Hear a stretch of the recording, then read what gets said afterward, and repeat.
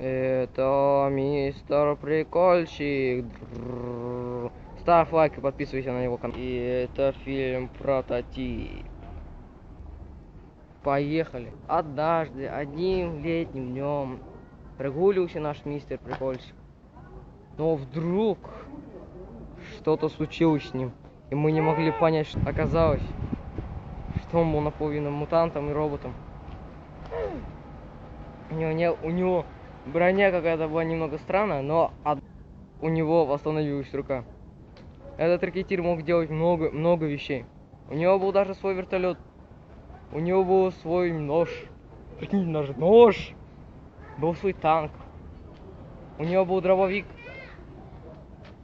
Но у него не было одного жизни. Он был бессмертен. Его нельзя было убить. Но вдруг у него заболел живот. И вдруг у него заболел живот. И ему пришлось по маленьким причинам пойти домой. И он пошел домой. И вот, где-то, наверное, 5 минут он просидел в туалете. Нам по неизвестным причинам.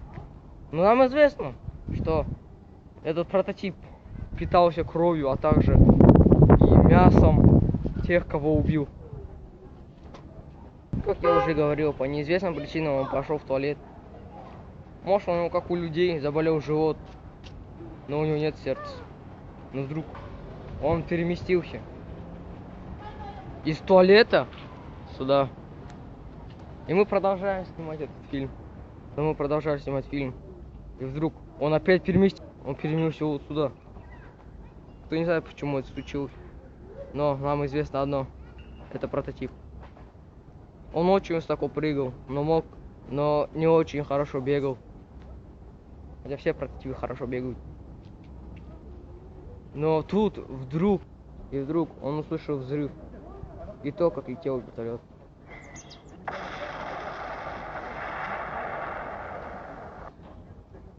И тут вдруг зачем-то по неизвестным причинам летел вертолет мимо. И вдруг он увидел что летит истребитель Сокол российский. Что ему нужно было в наших краях, неизвестно. Когда пролетал вертолет, он взял и кинул в него камень. И вдруг вертолет взорвался. И он переместился. Этот ракетир потом опять переместился. Он был настолько зол, что за ним начали охотиться и вертолеты, и самолеты, что он даже смог сломать эту ветку. Бам-бам-бам-бам! На этом мистер Прикольчик кончает свое видео и хочет вам сказать